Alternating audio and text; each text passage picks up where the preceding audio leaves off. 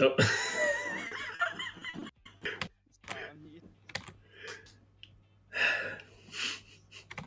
Still muted on VMix.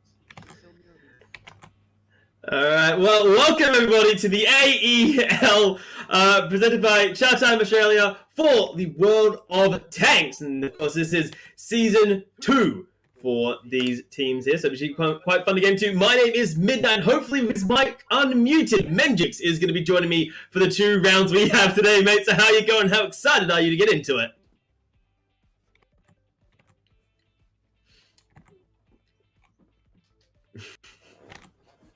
Is issues here, so hopefully. All right, so while Mendrix is having a war against his microphone, guys, I will give you the idea of what we have today.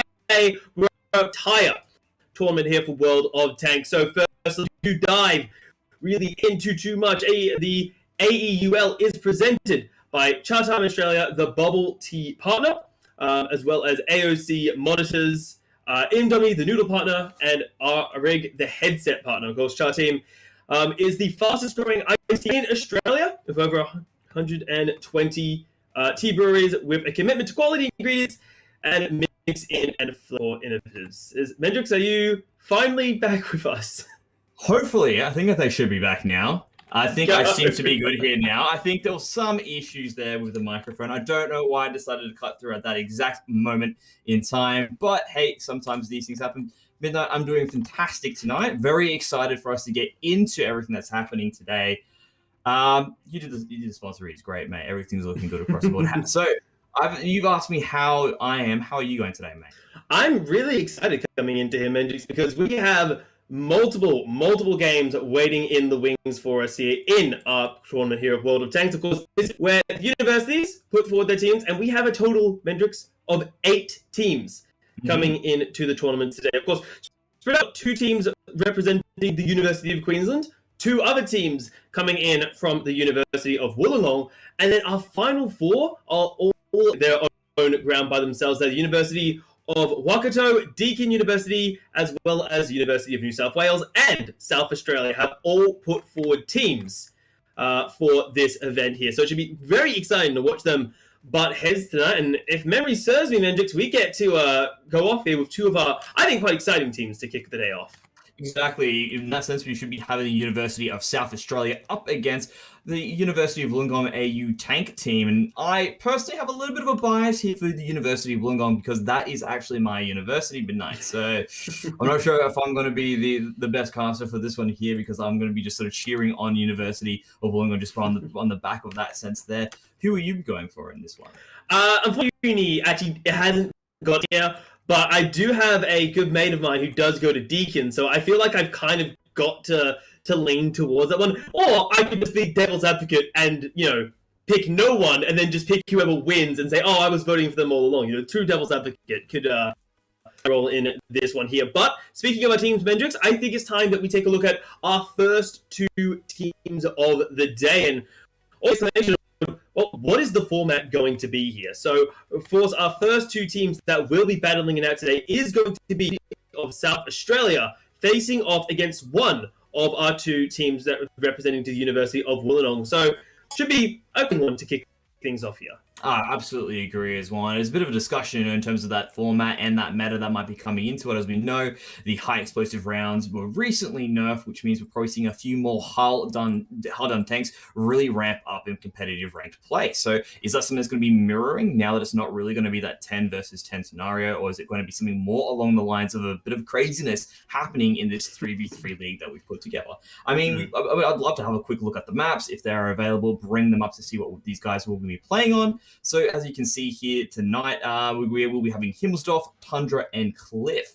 Now, Midnight, I know for a fact that you've been having a bit of fun looking over these maps quite recently and just sort of breaking them down and what we could possibly expect these teams piloting on these maps. Yeah, now I look up and we've got to remember that the context is it's not a 10v10 or even a 5v5. You've only got 3 players for each team out on the board there, and that is going to, I think, quite drastically change what you're going to bring to the table. For example, on Mandra and Cliff, I don't even think these kind of maps that are quite open are going to be good for artillery because you need the manpower up front line. You can't afford to have it in the back line. And then you look at something like Himmelhoff, you're hopefully not running artillery to begin in a map like that. Like tight streets, tight corners. If your gun barrel can't turn in time, you're going to be going down. So I would expect, heavy tank, hopefully fast rotating barrels, because otherwise you're just going to get outflanked. And you can try push them into a wall with your body, but I'm not so sure that's going to work. Yeah, and part of the other thing that might come into this as well is that maybe we might even see some craziness in terms of what these players decide to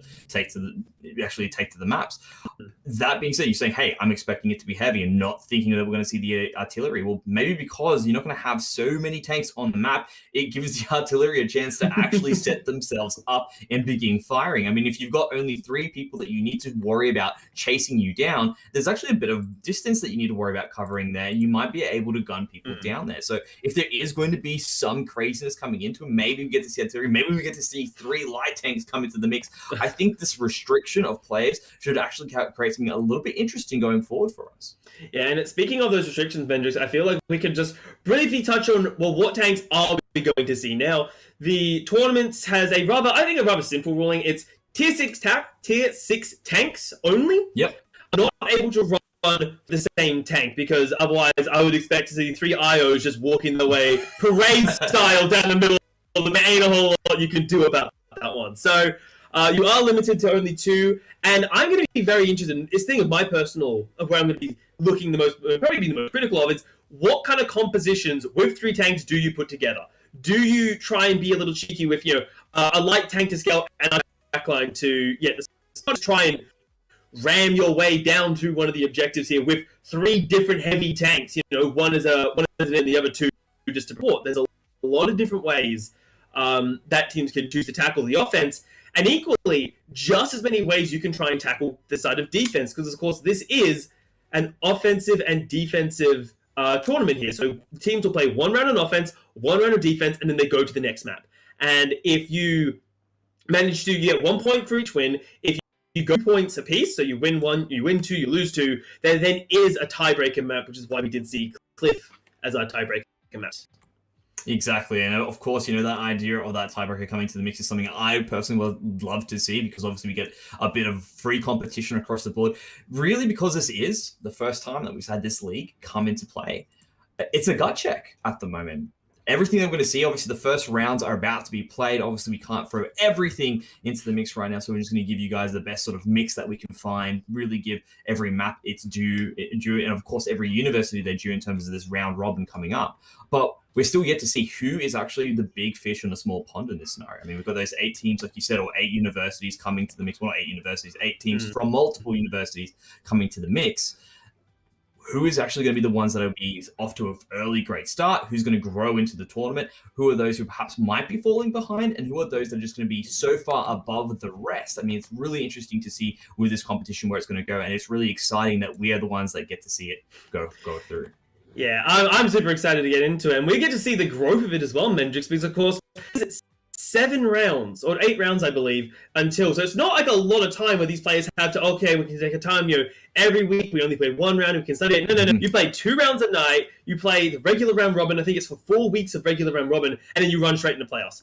There is not a lot of time to, maybe there is some time to study your opponent, but it's not going to be the whole, okay, we played a match against them, let's study them, let's take our time here. It's, what do we think is best? And I think you have to focus on yourself here. Find a strategy that you think gives you the best success. Screw what the other team. Focus on you. Yeah, if it is a 3-tank IO, or not 3-tank, but 2 IOs and like a medium tank punch, it may not be conventional, but I may have a grudge against the IO. I got 1 shot by it earlier tonight. I'm not happy about it. But find a strategy that works for you and just run it until you find a problem. And then when you find a problem, fix it. Absolutely. Incremental improvement is probably the name of the game. And again, no one really knows what's actually the best way to run in these 3v3s at the moment, especially with these recent changes coming to it. There's probably a little bit of a mix that I love to it. And I'd love to see some unconventionality coming to it. I love that idea of these players perhaps just running 3 light tanks, rushing right on through, finding 1 member, isolating, and then dividing and conquering. That would be riveting gameplay for me. So we'll have to wait and see what these guys do to them. I mean, we're very, very shortly we're going to be jumping onto it. Is there anything in particular that you'd like to see tonight, Midnight? Okay, so ignoring the obvious thing that I've mentioned numerous times. You don't want to. I know what you don't want to see. I don't want to see. What I do want to see, you've actually already said it, Mendrix, is I want to see at least one round of just nothing but blitzkrieg. Light tanks, bring it down, getting on top, I don't know, a slow, heavy tank, and just bullying it to death. Like bees surrounding a person who be a hive, you know? That they can at least get one kill. I don't care if they lose the rest of the round because, you know, light tanks are basically wet paper when a medium or heavy tank points their barrel at them. But give me that and I'll be happy to go. But, well, we'll find out. Will that be in the cards for our first round here, Mendrix? Because it looks like our first round of the night is about to kick off here and kicks off with a bang, hopefully. Yeah, exactly that. Again, it is going to be the University of South Australia Esports up against the University of Wollongong AU Esports here. So, pretty happy to see what these guys decide to do. It's going to be on Himmelsdorf as well. Already we can see that it's going to be just a little bit of a hull dance here. Just checking to see what's going to be on the side there, making sure nothing's too crazy, but happy to come across. I am loving some of the names that we do get to see here. Booty Slayer there, shooting out on the BK. Hopefully we get some pretty interesting names as we come to this competition. Yeah, I mean, it happens. That's the joy of online competition here. Is it looks like the side that is the University of Wollongong is on the attack for now, and they are taking a very slow attack. Now remember, with attack defense, the defenders have to defend both points on the map here. So they have to divide themselves, whereas the attackers get the advantage of saying, hey, we're hitting this point here first, and you have to react to our play here. And they are, I'm not going to say sneaking, because they're not exactly subtle German tanks charging forwards here, but they're slowly making their way forwards here. And I wonder which way they're going to go, because I thought, hey, they're just going to keep going around the side here, but yeah, they're just going to make a committal here, so the defense just has to play the waiting game, Mendrix. They're not going to know what point's the target until it's far too late. And you can see they're beginning to make their way around now as well. Just a number of the players in position waiting to make this work. It is definitely a slow move here because we don't have any sort of like light tanks that can really come into the mix and just speed right on through, spot all the members as well. And I imagine it's basically going to be a boxing match between these tanks when they do spot each other from their concealed positions and begin those shots there. And I like how they are moving as a three-man unit as well. As you can see, if anyone does decide to reveal their position by taking that first shot, they can follow through. Looking at backwards crab here, Groovy as well. We can see that there seems to be Groovy looking for the spotting on the side there and basically waiting for backwards crab to move in and take some pot shots when they do find someone. But it's just going to be nice and chill. Toxic Cheese and of course Ginger just in the background there. Probably unseen at the moment, where they're just continuing to make slow descent down this hill now. To see what's going to come across. I think it's charge time, Mendrix. They're saying, okay, we don't know who's here, and their last teammate in the T-34, Eugene, on a pretty damn strong tank, isn't going to be there for the start of the fight. So I feel like this is, it's not a light tank blitzkrieg, but it's looking like a medium tank charge forwards here. So they're going to get straight onto the point here.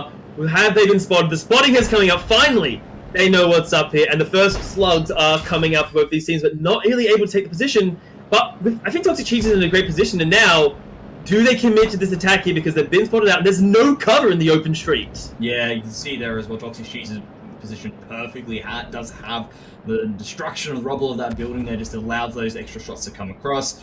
It seems the first person to take a hit will be that backwards crab, and as you can see, Ruby now taking a few shots as well. Nothing too crazy in that damage just yet.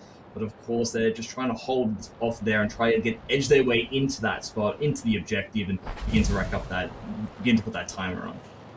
Yeah, remember, this is a 7 minutes per round right now, so they've still got plenty of time to work with here. It's not a moment of, okay, we need to get it done now, but there's a problem. This attack has stalled out completely. There's nothing coming in. They're saying, okay, we got to go. This isn't working out whatsoever. And that's just kind of on the back of one member from the University of Wollongong there, holding them off. And now what's the plan of attack? Because they don't know where Eugene is. They don't know where that T-34 is lurking. And well, we know that he's going for a flank. We know that he's trying to find something. But how long can you take this attack trading in a position where Toxic Cheese, I don't think he can be touched from where he is. And oh god, Eugene's getting into position.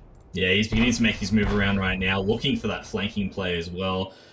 Booty's beginning to move up, and there we go. Eugene now has finally revealed his position. He's just dancing back and forth now as well to get some shots. He still isn't taking any damage here, so doing a good job to make sure that he is in a decent position there, keeping that hole nice and protected as he's continued to take those, as he's continued to move those shots in. But of course, it being a 3-on-1, I don't think Eugene wants to continue that position. Happy to take the free damage or sort of just impede any advance coming across from the University of Wollongong.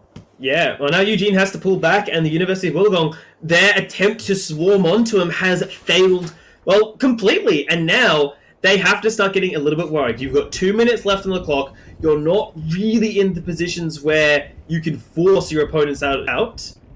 So I'm very interested to see here, do they continue committing to trying to go for the straight-up trades? It looks like they are, as Krabs and Groovy are making a push forwards here to site number 2. And, well, let's see, Ginja and Toxic, they're more than aware that this is coming here. We're seeing Ginja actually finally start moving out. Toxic is being left on their own, but again, he's in a great position. I'm not sure it's going to matter too much. Yeah, they have sort of entrenched themselves now, and it is forcing Toxic Cheese now to move out from his, I guess you could say, a nice cover in that sense there as well. For them to actually get around now, that ends up being them needing to push in to actually get the capture point and start rolling in.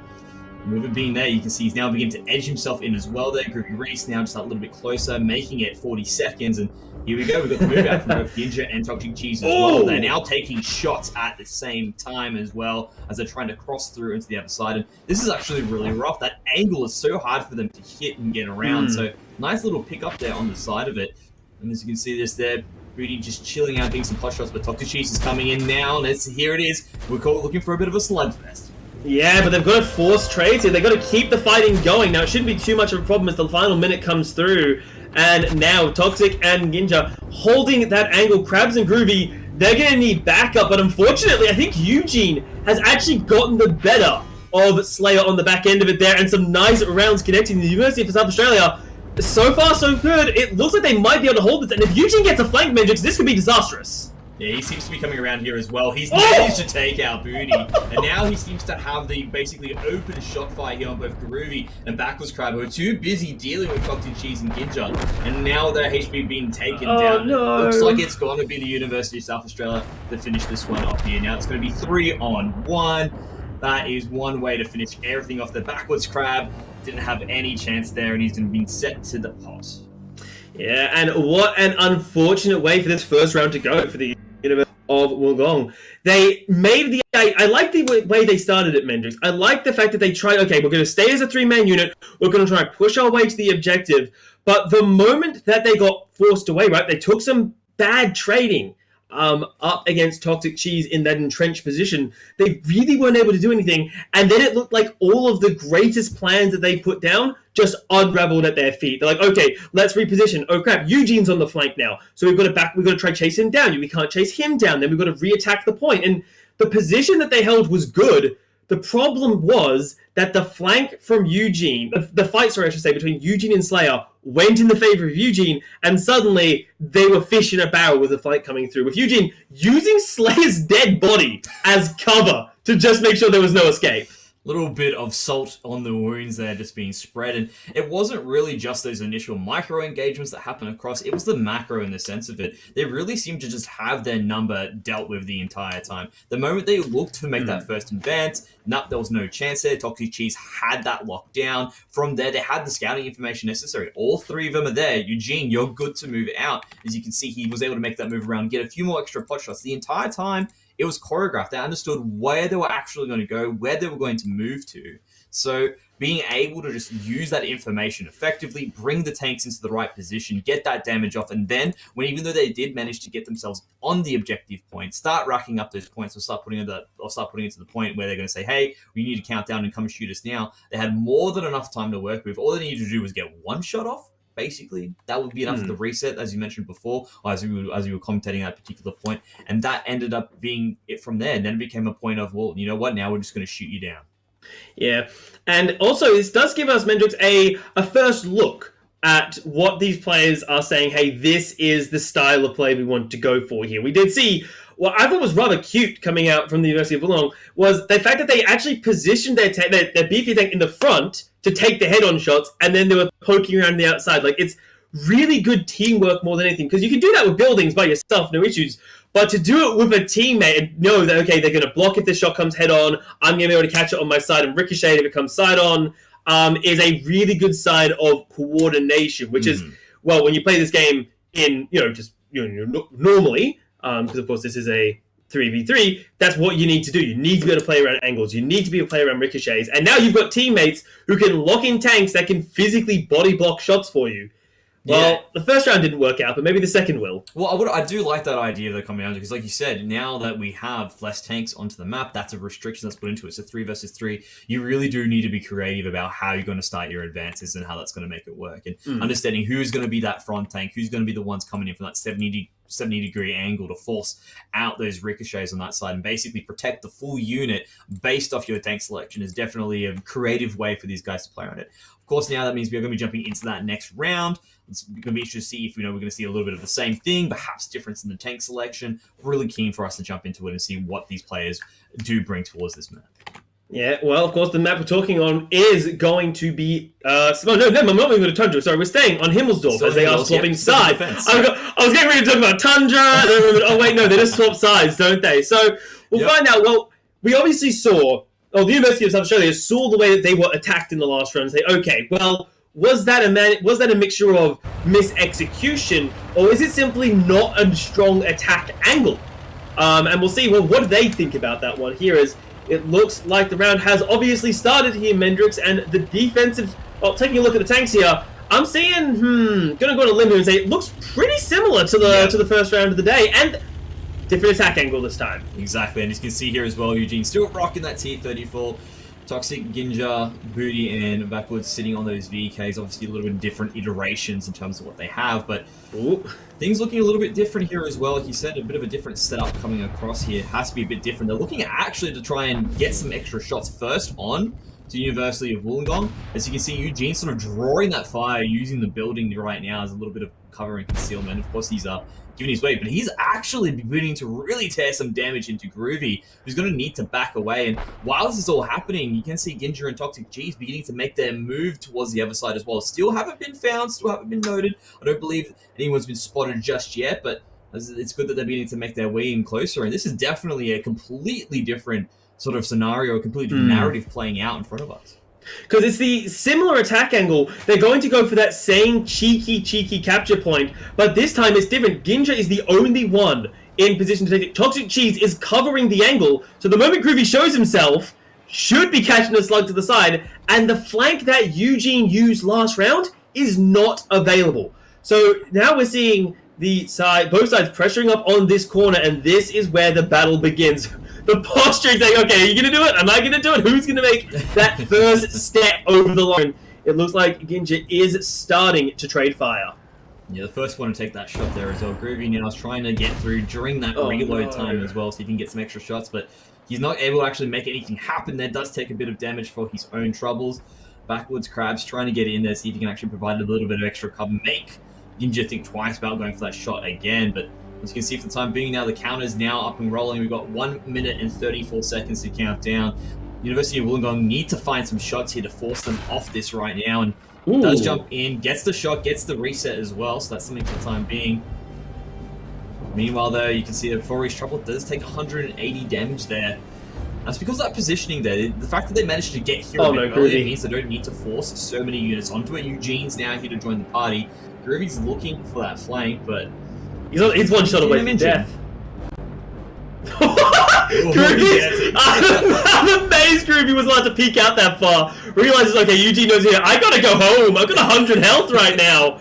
As the base recapture started, and it's 2 on this point, so now the timer is being slaughtered, and the University of Wollongong, they're gonna have to do something, but they haven't got the members to do it as Crab takes an absolute hammering, and Groovy goes down in that process as well.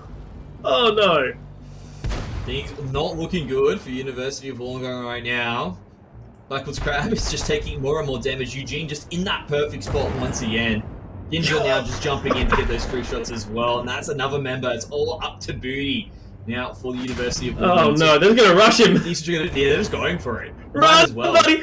Oh, taking up, but he's trying to hold the angle. He knows if he runs, he's done. He cannot run away from this situation, but Ginger and Toxic are just charging, saying, look, if you want to hold this position, buddy, you're going to have to commit to the fight of your life because we outnumber you, we have more firepower than you, and, well, we have more life than you. As he at least gets one revenge kill here before being taken out by Eugene. Yeah, Eugene just went straight for the back there, looking for the backstab shot. Does manage to finish off. To be honest, it wasn't even necessary. Ginger didn't need to go down, but of course, it doesn't matter if one of your members go down as long as you come out with the W in the end, and that's exactly what the University of SA did there. So, pretty damn good result there coming across the University of SA. We still have the next map to go on. I believe now you can even talk about that, Tundra, if you want to. Yeah, I can actually talk about the right map here, but I think we have to talk about the difference between these two teams in our first map, and particularly the pathing that they took to get to that first objective here. We did see the Universal. The idea I thought was pretty solid, but the problem is they got locked into a position with absolutely no cover, and they just got flanked and pulled apart bit by bit by bit. Compare that to how the University of South Australia tackled that. Eugene immediately gets a position where he can cover the flank of his teammates when they're advancing, and suddenly it puts Wollongong in a completely position where they're like, okay, we want to go for a flank because that's where the armor is weakest, but allowed to, and Groovy loses over half his health just trying to keep that position in line. And part of it also comes down to, and again, you can even see Eugene's positioning. It was illustrated in his damage in that score screen. He was well and truly a tier ahead of his teammates in that sense. And not because his teammates aren't doing the heavy lifting in any sense of it. They're all actually the ones just playing positioning, trying to get at the objective, forcing the University of Wollongong into bad spots. Eugene was just allowed to sit back and free fire, get into great spots, find those shots when they were spotted, and he was just very quick, no hesitation, was able to get those kills, and that obviously played a role in these guys making it. And you can tell the strategies are there. They really have put their homework into how they want to make this work in terms of who's going to be able to come onto the objective point first, who's going to sit there and cover,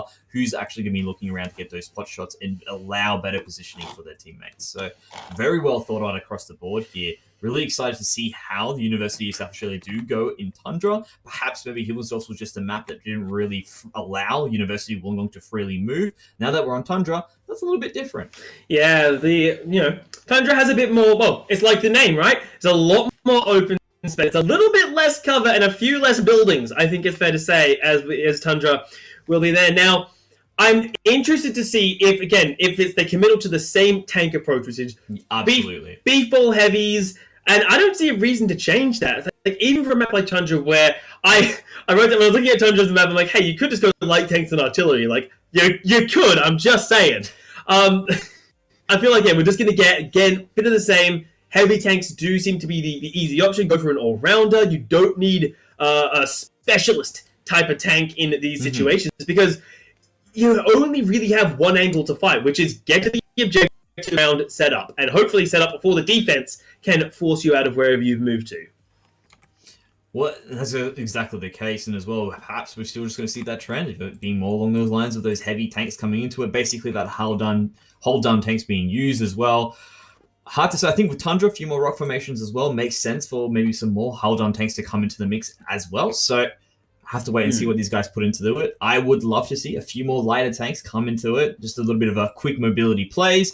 Perhaps, because there is more open area to play with as well, you might try to find for opportunities to get those backstab shots if possible.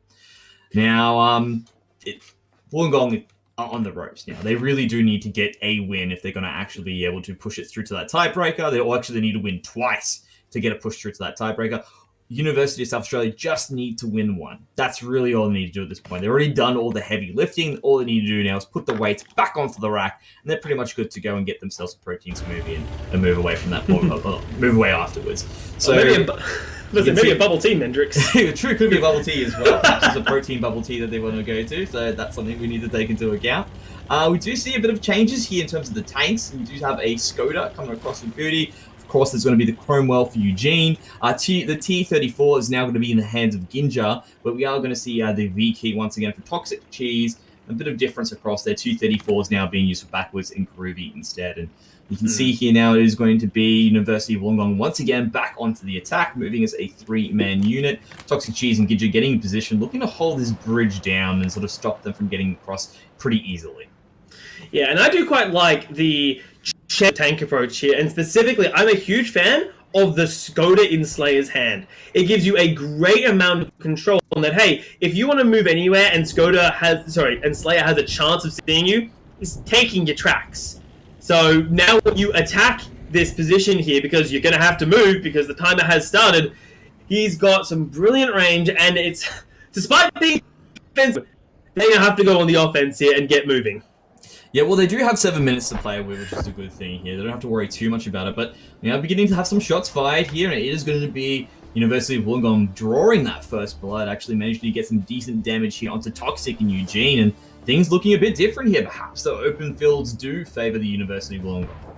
Yeah, well, they're using it for now. Slayer, though, is looking a little exposed. Cheese and Eugene are charging forwards there. A ton of damage. One more hit will take the little Skoda out potentially, and Ginja want to try and inflict it, not able to drop it just yet.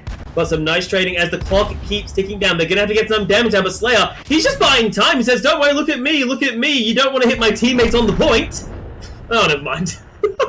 Well, he's been taken out here for the time being here, and now it seems that it's going to be up to Groovy and Backwards Crab to hold the position. Groovy seems to be giving a little bit of cover here for Backwards Crab, as he is the healthier tank in the back there, but that nonetheless, Backwards is still taking quite a fair amount of damage, and Eugene's able to focus him down. It's all up to Groovy now. It's going to be a 3-on-1, and it looked so good at the start of here for the University of Wollongong. They were able to get those early shots off there, but because they weren't able to focus that fire down, and you can see University of South Australia really did that there, focused them down, divided and conquered directly afterwards. So really good play coming across, not buckling under the pressure that University of Wollongong put on them.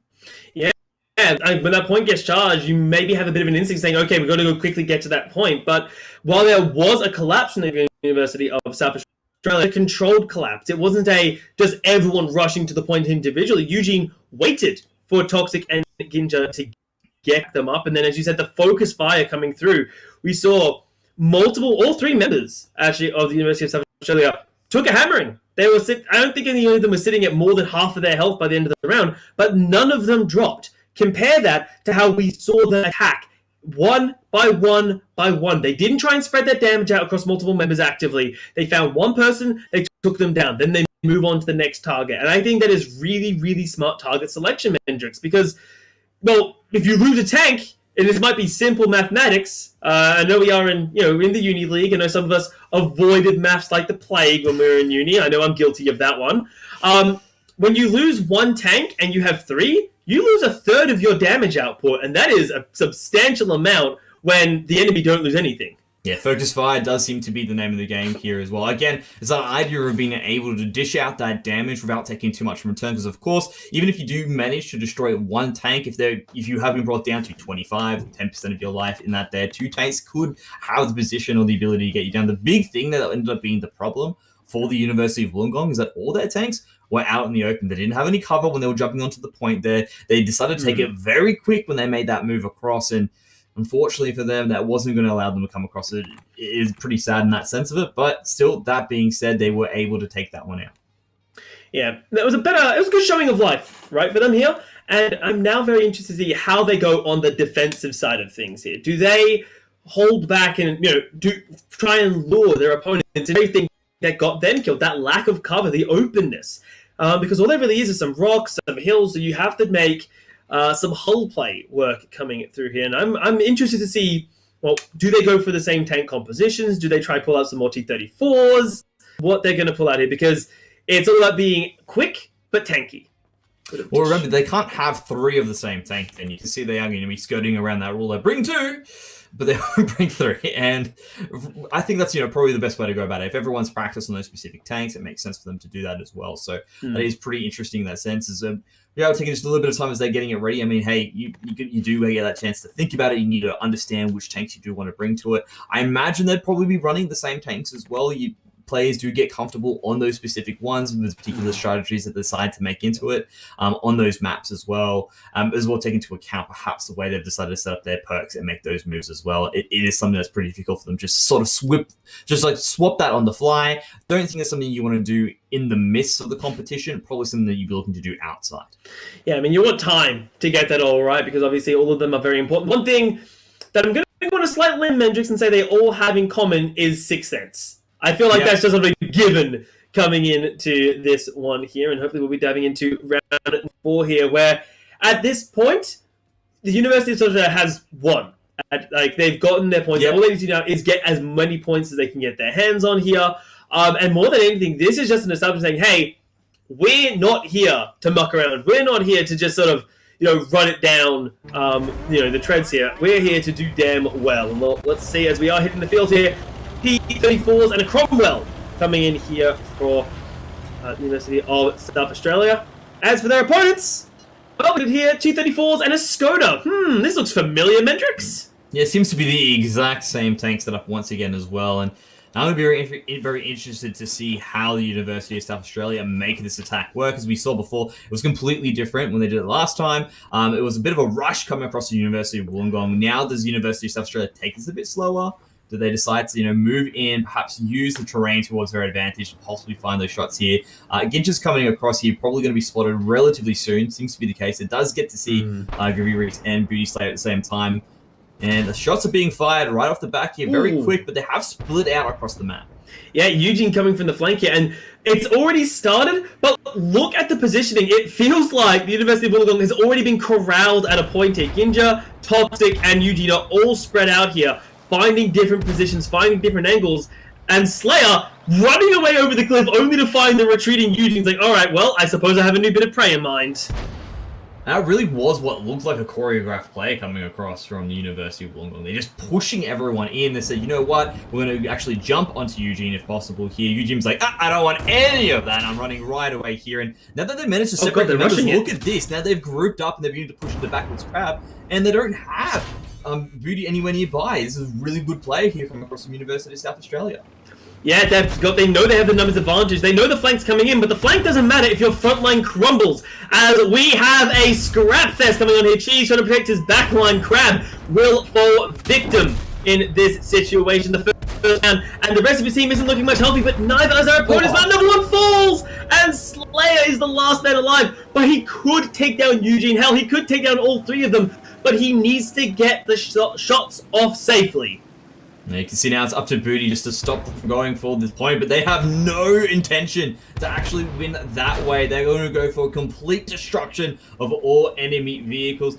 Booty is now trying to get around the edge here just to see if he can use these sort of like rock formation here as a bit of loop for it. Eugene's jumping on the top there, getting the high ground, but the two tanks finding these shots here. Booty's just backing away possibly, but he's not going to get out of there fast enough. And Toxic Cheese coming through that last shot. Yeah, able to get the final blow there, but what explosive round, I think it's fair to say that, Mendrix. That was very fast-paced there. I think my favorite part of that was honestly the roll when University of South Australia decided, you know what, no, we're committing to this, and just sort of dive on top of their opponents there. But they had the numbers advantage, they were able to trade better, and once again didn't actually lose a member.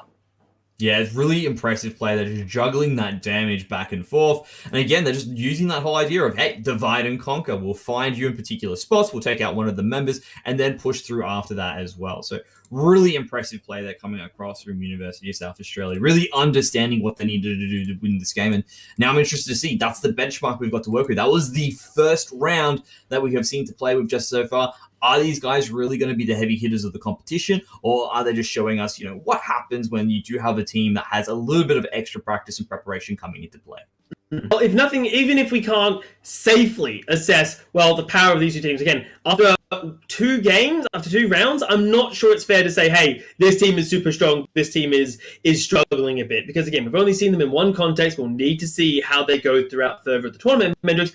But they have given us a good idea of benchmark of, what tanks are we going to be seeing a lot of, and which ones are we going to see filtering in map by map? For example, if memory serves, the T30 at 5? T34, got map. Again, avoided maps at the plague at uni.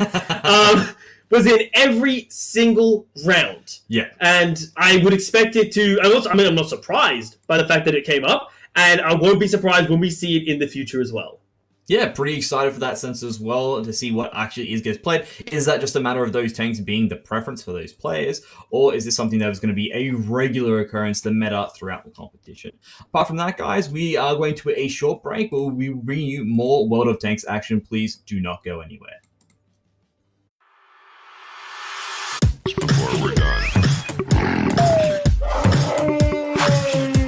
classic iced tea flavours like peach or mango to exotic lychee or pomegranate. You can enjoy your Chatime any way you like.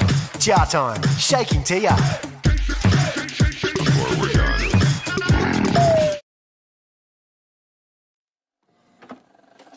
I just can't let you go.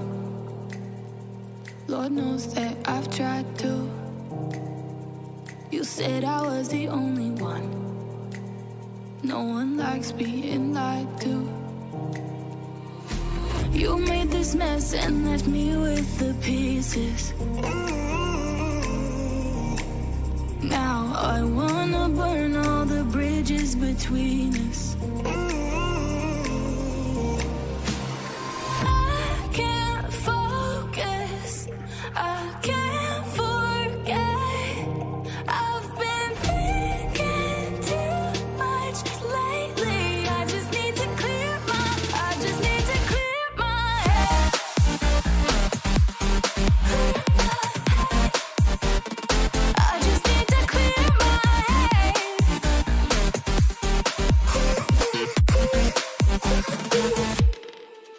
I've been stuck on your memory, but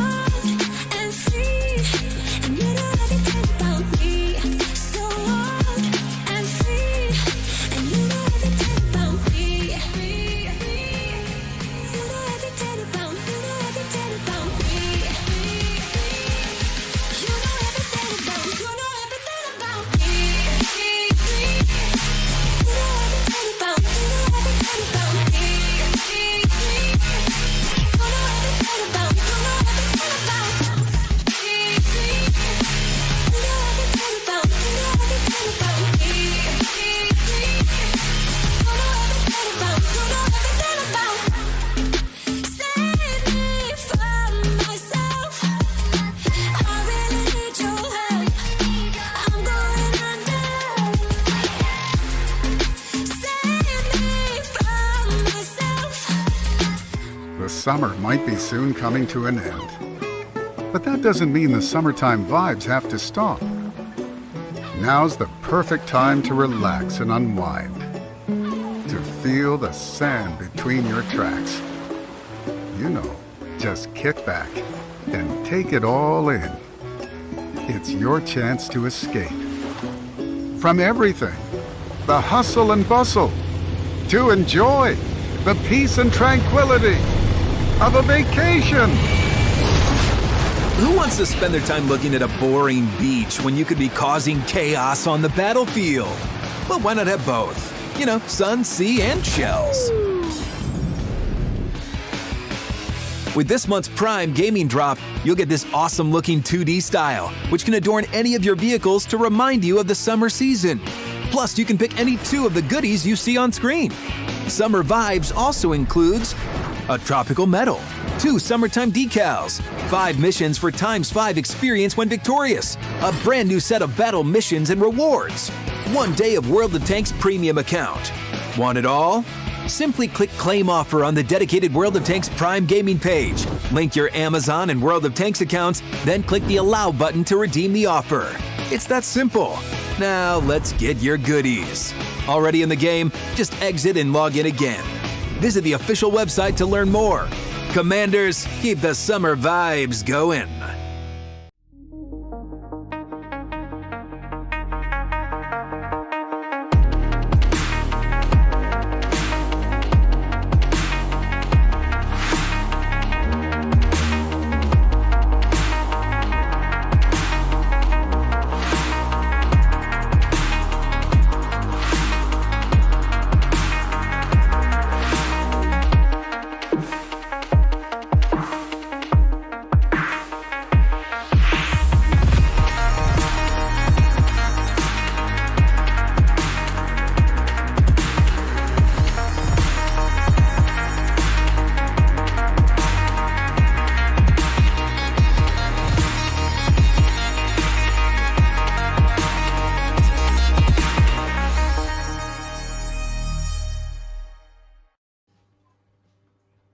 Welcome back to the Australian Esports League for World of Tanks. Now, guys, before we do jump into the rest of any of the ever action coming into it, I do want to have a quick shout out to our sponsors, of course, Chatime, innovative flavor combinations to brew nothing but the very best of iced teas, AOC, the best viewing experience, Indomie, feed your game, try out any of their flavors today, and of course, Rig, delivering superior audio for competitive gamers. If you're just joining us, the University of South Australia completely decimated the University of Wollongong in the previous match. But of course, we did have a number of different rounds happening in the background, and Midnight, I believe you have all the details there in terms of what happened. That I do, Mendrix, and it was the only dominating game coming out of it. We have 2 other games that ended in a 4-0 in here. So, of course, we did have the Grasshoppers, also known from the University of Waikato, did face off against their opponents from from the University of Queensland. Queensland won that round 4-0. So a very good showing from them. And unfortunately, the other University of Wollongong team, the Esports, faced off against Deakin, and Deakin won in a pretty strong 4-0 process as well.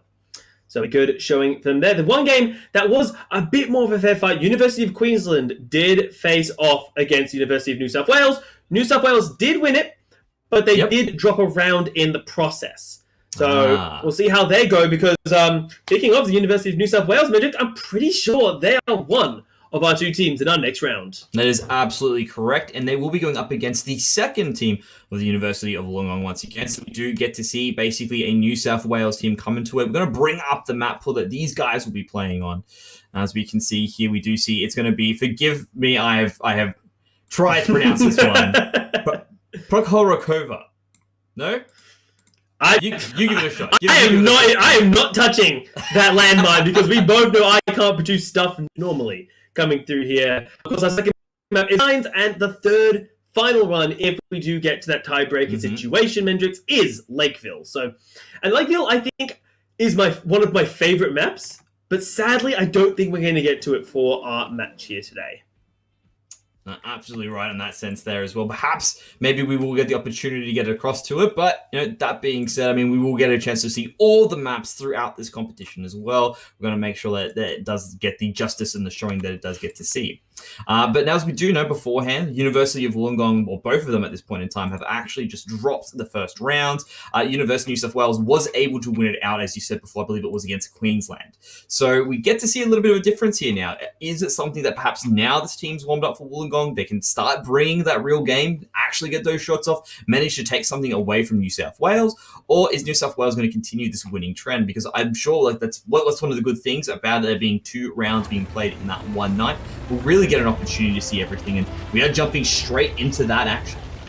Yeah, we are, Mendrix, and we are seeing some differences right off the bat to our previous run here, and that is in a whole new range of tanks being brought forwards here. The M4A3, the USA medium tank, is being charged forwards here. And it's very fun to see. Of course, the other University of Wollongong is running 2 of those, and a Cromwell that we did see earlier today in one of the most exposed maps out there, which will be very, very interesting to see. Can you use the cover? Can you hide from artillery and large firepower tanks? And we also get to see, again, the VK-36 back into the mix. Of course, the T-21 and the BUG being piloted by Asian Penguin here. And nothing too crazy happening off the back here. These teams just beginning to edge their way forward as well. A few using the tracks as cover. Penguin seems to be right in the middle of the fields there, possibly hoping that the rest of it will be okay. But they have been spotted out, and Hippity's the first one to take the shots there coming across. Yeah, Hippity Hoppity, his tank is that round's property, apparently, as he takes the first slug of our tournament. Dodges the second, as Epic wasn't able to get the connection, but Hippity Hoppity is now running into the open fields, and unfortunately that means they might just become cannon fodder as they take more and more rounds being fired at them. Even Halo catching the back end of it here, and this is rough because this is the team that's meant to be on defense, yet they're lodging forwards with the Cromwell getting up close and personal. Well, you running, boy? Going for it, or Zenon's going for it as well. He's begun to move around. Epic is trying to put himself in a good position. He's managed to lock him down on the tracks there as well, and that turret's not turning fast enough, and you can see he's getting the shots there as we do actually have Mahalo falling down to the other gunfire. Hippity's on the retreat, and now the rest of the members, the Asian Penguin, and that's some Beatles coming in to help out as well, and it seems it is going to be University of Wollongong now on full retreat. Yeah, it was such an entertaining start. I think they forgot they were on defense. Now down to 1 member. Hippity has 30-90 to make this work. Penguin, I don't do maths, but I feel like that's multiple times greater. Over 10 times greater, and 1 slug takes him out in a highly entertaining but devastating round. Yeah, he really thought, maybe if I can get away, maybe if I can use these brushes as cover, it's going to be all good. But as you can tell, University of New South Wales said, mate, I just need to get within 50 meters of you and I'll be able to see you. Don't worry about that. So he was hunted right on down, and definitely an explosive start from these teams who are coming off the board. I can't wait to see the score there. And that's been beautiful, doing a lot of damage there. Really giving a lot there on the VK. And I really like the position that was really coming across from New South Wales. They actually had 2 members there to sort of hold down one position, one to draw fire. I mean, Zenon came in hot, but obviously it just wasn't enough. Yeah, and I do kind of want to question Wollongong's approach here. The Cromwell and 2 M4A3s. Now, when you look at what these tanks, provide to themselves, the M4A3 specifically is quite mobile. It's got some decent firepower, but Mendrix, when it comes to medium tanks, it hasn't exactly got what you can call a good quantity of defensive capacities, also known as it's not paper, but it's maybe as thick as my notebook. Which, as you can see, Mendrix, that's not going to stop a high slug from hitting it. So, unfortunately... So we've upgraded from paper to wet cardboard is what you're telling me, Midnight. Basically. And unfortunately, tank shells and wet cardboard, I don't need to tell you how that fight's going to go there. And even the Cromwell that was brought out here serves a very similar purpose. It's got pretty good mobility, but as is with tanks in this game, if you've got good mobility, if you've got good maneuverability, unfortunately... you can't really take a hit. So your armor's thinner, you're not really able to dodge around so much. And so I like the idea of what they were going for. It's like the blitzkrieg we were talking about earlier today. Yep. Unfortunately, we saw one successful blitzkrieg from Zenon as he charged the backline, and we saw Hippity try it and just get torn apart the moment he appeared himself. Yeah, and that's because, again, back to that positioning from New South Wales. Just really on point, understanding where everyone needed to be. So that was really good play there. Again, I liked what Zenon did as well. Like you said, that blitzkrieg, wanted to charge in, wanted to make something happen. It was effective to a degree. You could see for a moment that member from University of New South Wales was struggling, just couldn't turn that turret fast enough to actually get those shots in. But of course, with the support from the rest of the teammates, was able to come through and clean up afterwards. So definitely interesting player. Maybe we're going to have to see something a little bit different now, because it is obviously going to be the University of Wollongong back onto the attack. Whereas on the flip side of things, the University of New South Wales get to sit back, play a bit of defense. I would probably expect them to remain on the same tanks as well. That's what they're comfortable and that's what they're warmed up on. And probably just sit back, relax, and let University of Wollongong run into them once again. So it's really on University of Wollongong to make the change. Yeah, let's say, talking of University of Wollongong, are they going to go for that same thing there? Part of me says you shouldn't. Part of me says you need some beefier tanks, or if you're going to try that kind of rush strategy, I mean, I'm not a fan of it. I really don't know if it's going to work in an open map like this where there is so little cover. There's so little... Because the best part of a fast tank is that you can dive around buildings. You can sort of use that as cover, make them miss the shot, and then charge them while they're reloading. That's what I think the greatest strength for these faster tanks are. This is not the battlefield to try that strategy. You need places of a lot more building. You need places where larger tanks simply aren't maneuverable. So I would like to see a shift to, some heavy tanks, something a little bit different. But it looks like, as you said, Mendrix, it's something that they're comfortable on, and it's what they will be rocking once again. 2M4. Yeah, that seems to be the name of the game, as they are beginning to make their moves across once again. I think one of the things we do need to take into account is, of course, those perks that have probably been picked up there by UNSW. I mean, when you do try to play these more maneuverability sort of compositions, especially in an open map, you're really relying on the concealment of the tracks and, of course, the trees to give you that little bit of an extra edge. If you are operating that eagle eye, things will get a little bit more rough for you as well. Even if you've got that sixth sense, it doesn't matter if you are running those more mobile tanks that try to get around the map first. If you see that you've been spotted, you're in for a world of hurt probably in the next, I'd say, minute or so, as the next tank just positions to make sure those shots come across. Well, speaking of a lot of her, Zenon is doing his due diligence as the scout of his team, saying, okay, what's going on here? I can't see them, even though they are the ones playing defense. Stevens Epic is charging forward on this T21. Has it been spotted out here? And is he going to try and lure them into his teammates? Because look at where Mahalo and Hippity Hoppity are. They are slowly moving their way up here through the bushes. And Epic, if he's not careful, I think that could just be a bait. Yeah, you can see they're actually going fishing at the moment. That's what it seems to be. But Epic is playing this carefully. He's just looking to get those pot shots there. A few ricochets really aren't hitting the mark just yet there. A bit of damage onto Zenon's Chromewell just to deal with it. Now Epic's out in the open with the T21, and you can see the shots are starting to come through as well. And now it seems like Epic's in a bit of trouble here. And as you can see, Zenon's just coming in now deep for those shots there, and it's beginning to be focused on Epic. Yeah, Epic goes, crap, I gotta get out of here. I gotta get to my teammates, but unfortunately, he is quite a world away from them there. This quick offense forces this T21 to retreat there, and after taking a hammering, Epic is one slug away from taking a nap. But Zenon and Mahalo both took their fair share of damage. They'll take a few more rounds before taking them down, but it's some nice damage traded. And we talked about in our first round of the night, Mendrix, focusing down one member, taking them out of the game, removing them one by one by one. Epic, if he takes one bad trade, I'm sorry, but that's goodbye. Yeah, he'll be out of that map as well, and it seems to be a little bit of an advantage there in that sense for the University of Wollongong. They were going fishing. That was exactly what Zennon was out there. He was playing bait. He was like, look at me, I'm a juicy tank, out alone and doing nothing. Really good use of the cover there from Hippity and Mahalo to come in and actually bait out Epic, who basically took that bait, hook, line, and sinker. And even though he managed to get away, it doesn't feel like he's had to leave a little bit of himself on that hook. Yeah, so we see a beautiful showing of Benjamin. We immediately pan away to see, well, what is the attack plan here? And it looks like they're trying to... Epic has charged forwards, and we talked about it. He's got to be careful, but instead he throws himself into the fire and gets burned. I think what they're looking for is a trade here, because now Zenon's been found. He's still accelerating at the moment, but he's not able to get away. The shots are coming here. It's from UNSW, and they weren't able to actually get those kills off, but now they've been revealed. They're out in the open, and now it's going to be the turn for University of Wollongong to hit back on the attack.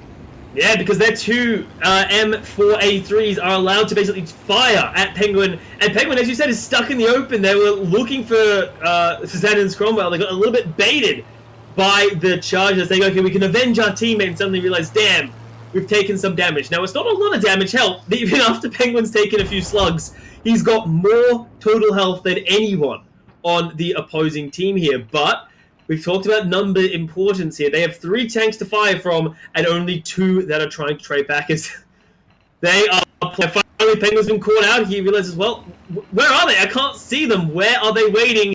3, 2, 1, hello! And coming right on out there with the shots there. They're out focusing down Asian as well at this moment in time, so he seems to be the one in trouble there. Ooh, but dude, a quick turnaround there, and my God, Mahalo just goes right on down. Now Hippie's the person that's really out there out in the open, then also dead as well. And now look at how things just turn around. Fantastic focus fire coming across here from the University of England. Hippie has managed to take out the other member there, but Datsun Peter still was able to free fire from far away. And what a turnaround coming from UNSW to bring down UNSW in a commanding fashion in this first map. Yeah, but I must say, this strategy that from Long looked so much better in execution. Last time, they just sort of charged head first in and realized, okay, crap, we've been overrun. This time, they were slow Mendrix. They were methodical, luring Epic into his death, and then suddenly, the moment Epic was too close, those 2 M4s open fired and tore them apart. But we did see the problem with the triple medium tanks. They cannot take a head-on fight against, well, the heavier tanks that their opponents were running. 2 heavy German tanks was too much firepower. They tried to pull them apart, but unfortunately, the University of New South Wales, they were able to stay in one piece here. And as we saw, the final trade looks good until 2 members of Wollongong dropped in the blink of an eye. Yeah, it was real quick damage coming out from UNSW, and just understanding those weak points, really aiming for, of course, what would have been probably, I think, hits on the Capella that really was what allowed them to take that quick damage out. So crazy stuff coming across there, really showing us what these guys can do, understanding where they need to aim and how they need to do it. And even though it seemed a little bit off there, I mean, it looked fantastic at the start for UNS of Wollongong, playing a little bit of fishing, getting the bait, managing to really come across there. Had the right idea as well, happy to possibly even trade out tanks to get to positioning and then have free fire for their M4s. In the end, it doesn't matter. So really well done though by UNSW to actually turn that around. That was more of a micro engagement from the macro, because the macro from University of Wollongong was pretty damn good if you ask me. Yeah, it was very impressive. Unfortunate that it didn't pan out, but it was a far better showing and gives me a lot more hope for this triple medium tank strategy. I may not be a fan of it, Mendrix. I still think heavy tanks are the way to go. But if you can make it work, the very first thing I said today when we're talking about strategy, we're talking about what teams bring to the table. If it works for you, run it and make it work. So I really hope that they stick to this strategy. They stick to the Cromwell double M4, as the second map of the night is going to be Mines. And Mines, Mendrix, is a very, very fun map, because in the previous ones, we've seen both defensive points aren't too far away from each other. Mines is very difficult to get to. You have to choose, do you commit to one member on both? Do you commit to overguarding one and hoping they don't rush the other? It's a very, very fun map. And I actually think that if you run these medium tanks, it can actually work for you here, because you've got the speed to rush onto the point and try and flank these slower tanks, assuming that that's what their opponents bring to the battlefield. The other con to bringing the heavier tanks, if you do, especially on offense, is that if you do decide to commit to one location, that's it. You don't have the mobility, you don't have the speed to get back to the second objective point. So you really are basically stuck in that narrow field that you've chosen. So you want to have that opportunity and that versatility to make those moves around. That's what you're going to have to do with those medium or light tanks coming into the mix. But of course, we just know for the fact at the moment, with those changes that come across, those heavy tanks just seem to be so good as heavy hitters. And then just in terms of their strike rate at the moment, from what we've seen, they have been performing extremely well in this competition in just the first 2 rounds. Yeah, and that's partly just because heavy tanks are harder to kill, they're harder to hit, they hit you harder than you can hit them, and some of their weaknesses, right, they're very vulnerable to artillery. Well, that's not really a problem in 3v3s. You're not going to be seeing a lot, if any, artillery, unfortunately, because I would love someone to bring out artillery. If you're listening, play artillery, please. It'll be the best thing ever. Guys, if you're listening, listen. Midnight might want to see some artillery. Just throwing it out there. No, unfortunately, it doesn't look to get any artillery here, but we got a lot of VKs coming in here for this battle. Mendrix, in fact, I'm seeing, if memory doesn't serve me, basically heavy tanks across the board and then one M4. Yep, well, part of it is because, again, they can't run 3 of them, so they have to choose something a little bit different. It is going to be a very different across that board. The M4, perhaps from Zenit, just allowing them to get information, whereas UNSW, quite happy to stay more as a unit and just look for that raw damage and power that they can get from it. So, a lot of differences there from this team here. It seems that we do have a spotting already, and the shots are coming off. Who cares about going to the point? It's all about just killing out those vehicles. I mean, if you can hold the center, you can control who goes where. There is no rotating if your enemy can high ground. I mean, Anakin learned that lesson the hard way, didn't he? So we're seeing both of these teams pushing forwards here. It does help explain the decision of a lot of these heavier tanks right now. You don't need to worry about flanking and better positioning if you own the center. So we're seeing both of these teams here. Epic looks like he's going to try and rotate to his side. Zenengo could get some easy shots in if he is poking out. Well, we do have Epic beginning to make a move now. No real punishment here coming across the University of Wollongong. Zenon too concerned that he might be just shot right on down from Batsoon and Penguin. And VK in that particular spot there will be able to get a few extra shots here onto the side of Mahalo, but not really finding any real damage off that one. And just continuing to get those positions. There we go. From that high ground, was able to get a shot down onto Zenon. He did take a bit of a hit from that one, and looks like we're back to what seems to be a repeat here, whereas University of Wollongong just being whittled down here from these stronger tanks. Yeah, and look at Wollongong's positioning right now. Zenon is stuck without a prayer to get him out behind that rock there. They know. The University of New South Wales know exactly where he is. And we're seeing Epic go for the high ground flank. Says, hello, boys. You know I'm up here. Let's find out. As suddenly, Liberty Hoppity and Mahalo... Might not have the depression angle there. Yeah, it doesn't look it. Yeah, he went there and he was like, all right, I'm going for the oh, wait, I can't point down. All right, one more second, guys. I'm coming back. At that point, no, you drive off the cliff and you do an air shot. That's what you do. That's what you should be doing, Epic. You drive man. Come off on. the cliff onto the tanks to try to exactly. get I believe just go for a bit of a kamikaze strike if possible. I believe we call it mutually assured destruction, man. Okay, yep. That's one way to go about it. But I mean, took a few extra pot shots in the meantime. Looking at Epic. Oh, it's charge time. Here we go. Charging it forwards. He's like... oh. Alright, so they're really just saying, you know what, Hippity Mahalo, you're on point there. We're going to go in straight for that charge. Zen is trying to shoot out some pot shots, but it's not really hitting the mark. There does get some good damage on the Datsun Beetle, but with the managing to take out at least Hoppity there, he's going to be making quick work of him, and it is going to be the University of New South Wales coming out on top once again. Zenon is behind a rock in a hard place right now.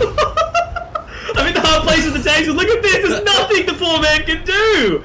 He just has to wait and embrace the fate that his opponents have chosen for him there. These heavy tanks punching their way through. And what a move! You know, whittling down Zen and making sure that there's not a whole lot he can do on the flank, and then saying, okay, we've divided them, we know the last two heavy hitters are on this left-hand side, go for it. And they commit to the charge, and that charge could have been so risky, but Zenon couldn't get the damage down. Yeah, you can see he was just still stuck behind that rock as well. Didn't have the best angle as they went in for the moves. And he is, again, on a tank that is a medium tank. Isn't going to have the most amount of push and damage to come across. He did do some good hits. Did do the most amount of damage for his team. But that was because he went down last. I mean, if you are alive a little bit longer, that, you know, math says that you should be able to get more damage out, but look at what Epic was able to do. 1,570 damage. Was again the one looking for those extra angles, looking for a little bit more, was able to get that damage off and really allow the team to come across there in the sense of this full University of New South Wales. Yeah, I mean, Epic was the one to make that first step forwards, covered by his team. He got some good shots onto Zen and stuck him behind that rock, and then was the one to look for the flank. Wasn't able to find it because of the elevation angles, but it was enough to force down Wollongong members low enough that the rest of the team, as we saw, could just charge their way down the end to go for the throat, if you will. And coming into sequence number 4, I guess, because these rounds are the bigger ones.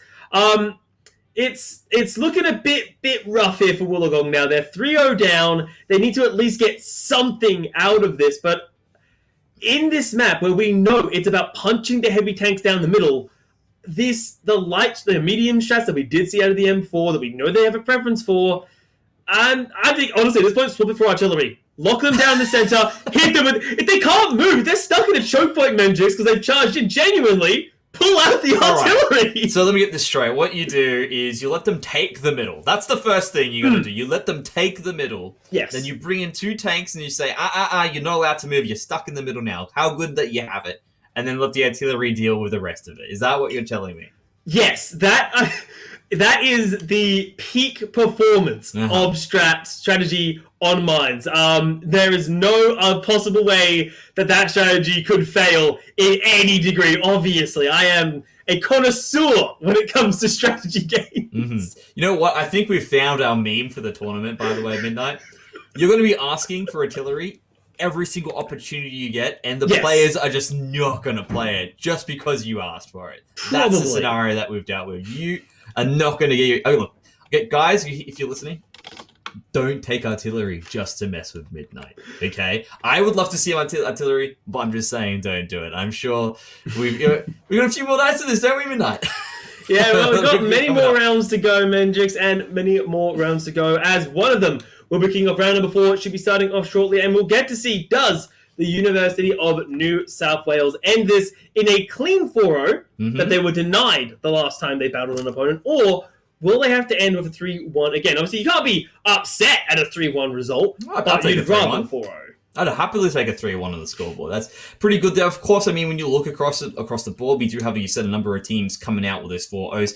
It's something that begins to sort of weigh on your mind towards the end of the competition. Damn, that win actually could have made a difference to give me a bit of better placing when we do come towards those finals. But we are moving straight into that action once again. We do have a change from Zenon. He's got a KV2. So a little bit of a mix-up now. Something perhaps a little bit more punch coming to it, where UNSW are trying to make this game happen.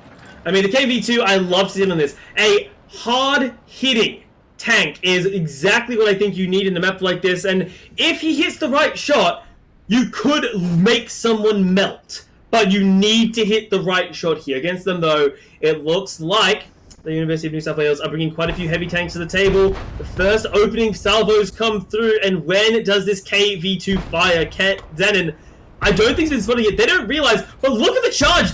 It's not artillery, but they're locking down the center. You can't just charge past these two yet. Yeah, you can see a lot of damage has been taken here from Mahalo, but there's the shots that we wanted to see coming through from the KV2, just shooting like an absolute machine on the back of it. And now that they've actually managed to hold them in position, Datsu's looking for the flank. He's trying to get some shots there. Does get something onto Mahalo, who's now starting to get a little bit lower, but KV2 now, well, Xanad's beginning to make the move. Mahalo has been finished off. Epic, pretty damn low as well. Hopefully, Xanad can make something happen. The first that shot there is going to ricochet onto Datsun Beetle. And it's done some damage there, but it's still not hitting the mark. Epic now trying to come around to finish off Hippity if possible. Zenon now beginning to make that move on to Datsun Beetle, but it is going to be a untimely end there for Hippity. And now Zenon, the last man standing once again, is going to try and make his stand here, at least take one of the members out. But that is going to be destruction coming across from Epic, who did manage to get a number of shots off, still survived. He was the lowest member. But what a play there from UNSW. Yeah, the idea was rather solid, but the problem was, from the side of University of Wollongong, they charged forwards to lock down the center. I think that's the right decision. You've got a hard-hitting KV2 in the back line. You need to give it time, because that thing takes 20 seconds to reload. It hits hard, but it takes forever to fire. So if you can lock them down in the center, it's brilliant. The problem was, they couldn't lock them down. They lost about half their health before even hitting that center rock, and then just whittle down bit by bit by bit. Because in effect, Mendrix, they're in a 2v3 with a third member every 20 seconds. And unfortunately, that's just not enough, especially when, as we saw from those first 2 rounds coming out of our KV2 player, Zanon just couldn't get any good connections. I think he got one good shot and then one deflection. Yeah, exactly. It really was a bit rough for Zenon on that side. They're trying to pull out that trump card that just didn't really hit the mark. And looking at Datsun Beetle here, really being the shine performance there for UNSW, getting the 1,751 damage there. I mean, looking at those stats there, most of those shots fired definitely went in for the hits there. Most of them landed, not all of them penetrated, but when you're getting an 8 out of 10 8 out of 10 sort of marked there for penetrations. You can really see why that he was able to pull out so much damage towards the end. And part of it was they had a really solid composition put aside. They said, you know what, we're just going to bring those heavy tanks. We're just going to play well. We're going to make sure we have those shots down. We're going to have good communication. It was literally basics there being played by UNSW, and it really shone through that. It showed them they had a very strong game that comes to mind. Apart from that being said, there's not going to be that tiebreaker. Unfortunately, we're not going to see that third map. Midnight, what have you got to say about this one? Well, I must say it's very interesting to see Mendrix that we've got a pretty good idea of what is the strongest area tackle approach, which is these heavy tanks. I say strongest because obviously if you're good on something else, you can absolutely make it work. So that's why I say strongest in quotations, because like you and I have both seen stuff that is in theory pathetically weak do astronomically well. And that's kind of what I really do want to see in the future rounds. But for today, heavy tanks did reign supreme here, Mendrix, and I would expect that trend to continue. These German VKs hit like trucks. I think the joy of them, right, is that they're not specialized. They're not like an IO that hits like a damn truck. They're not like a KV2 that hits like a damn truck. They've got good reloading time. They've got good armor. They've got good health. There isn't really a problem with them. They just don't specialize. And in games where there's, 10 tanks on the field, you need tanks that specialize in damage, taking shots, long-range artillery, scouting. In 3v3s, the need for specialization is so much more decreased that, as we've been seeing tonight, just the generic work. Sometimes you need chocolate. Sometimes you need caramel. Today, Mendrix, all we needed was vanilla. There you go. Well, it seems to be that idea that it is going to be jack of all trades, master of none tanks really reigning supreme on the maps right now. We still have a bit more of the competition to see if things do change up. But that being said, that's all from us from tonight. But we will have a quick shout out, of course, to our sponsors. Chatime innovative flavor combinations to brew nothing but the very best of iced tea. AOC, the best viewing experience. Indomie feed your game. Try out their flavors today. Rig delivering superior audio for competitive gamers. And of course, a massive shout out to Wargaming Sydney for collaborating to help put this on. Without their help, we wouldn't have had such a smooth night of production. So thank you very much, guys, for helping us out here, getting everything and all the resources we need to get it rolling. Apart from that, that's everything from us. Have a fantastic night. Before we're done. Classic iced tea flavours like peach or mango to exotic lychee or pomegranate. You can enjoy your Chatime any way you like. Chatime, shaking tea up. Before we're done. The summer might be soon coming to an end.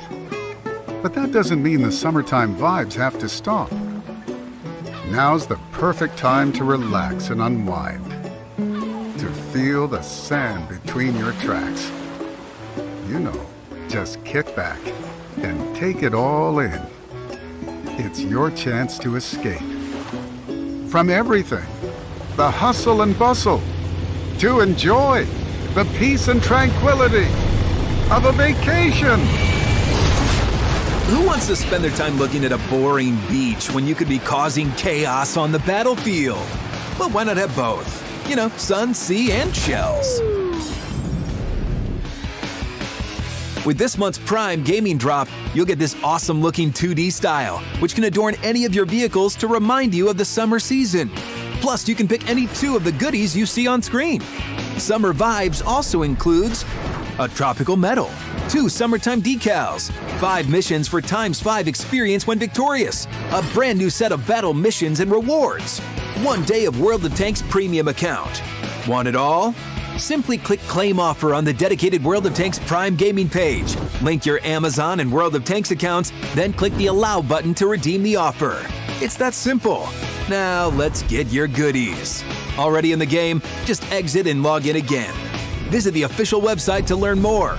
Commanders, keep the summer vibes going.